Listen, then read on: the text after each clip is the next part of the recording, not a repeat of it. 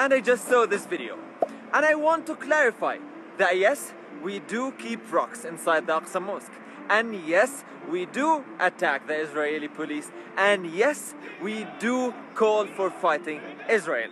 So, wait, are we terrorists or are we not?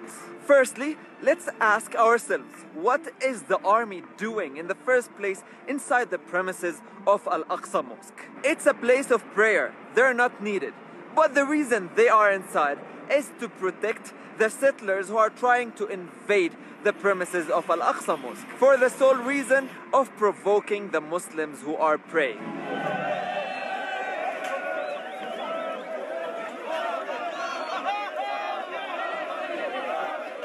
And the police, instead of keeping these people out, they protect them.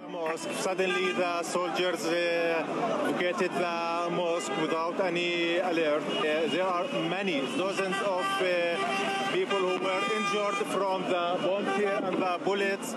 That's usually how clashes start with the army. It's not random. And all of this, the clashes and the invasions of the settlers to Al-Aqsa Mosque, is part of a bigger issue, which is Sheikh Jarrah neighborhood. The 500 Palestinians who are facing forced displacement from their houses in a Palestinian neighborhood in Jerusalem, so some settlers can steal these houses and move in, supported by the Israeli government. Jacob, you know this is not your house. Yes, but if I go, you don't go back. So what's the problem? What are you yelling at me? I didn't do this. I didn't do this. But it's easy to yell at me, but I didn't do this. You are stealing my house. And if I don't steal it, someone else is going to steal it. I talked about this issue of Sheikh Jarrah neighborhood in my past video, so I will not go deeper. So, showing this without showing this or that is not fair. But it's okay, because we know that showing this part does not serve your agenda of playing the victim. Look at all the peacemakers of Israel talking about what's happening. None of them are mentioning Sheikh Jarrah neighborhood, which is the most important thing that's happening now, and they're just talking about the result, which is what's happening in Al-Aqsa. If you're watching this and you don't know who settlers are, they are simply extremist Jews who come from different parts of the world to live in illegal settlements of Israel in Palestinian territories. They are the Jews that even Israelis themselves hate for their unethical approach and their illegal existence in the Palestinian territories. It's all it. What you say? It's belong to Israel. Okay? In your dream. Not Palestine. It's finished Palestine. They're the ones who celebrated yesterday the burning of Al-Aqsa Mosque. And they're the ones who celebrated before the burning of Ali Dawabshe, a 2-year-old baby, and his family.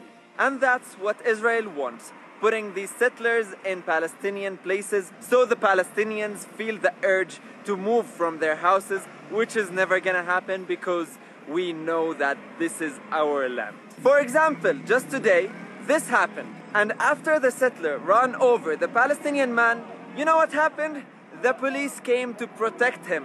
Whereas if it was a Palestinian running over an Israeli citizen, he would have been shot on the spot. And it did happen a few times before. And when you go to Israeli media, that terrorist was labeled the innocent victim of the radical Palestinians. So when Palestinians go to pray in Al-Aqsa Mosque, they keep rocks with them inside the mosque in case they got attacked, and they got attacked. And they use the rocks to protect themselves from the weapons and bombs of the Israeli army, because that's the only weapon we have. And of course, when the attacks happen, they take refuge inside the mosque, because where else will they go if they get attacked during prayer? And yes, we do try our best to document this and this and this, because in Al-Aqsa even journalists are targeted, and we need to document what we can. If George Floyd was not filmed, probably he wouldn't have got justice. And if we Palestinians don't document our oppression, no one will. So many Jews understand this, and they are against your oppression. You have been exposed. Thank you. And I hope by this video you've seen the full story.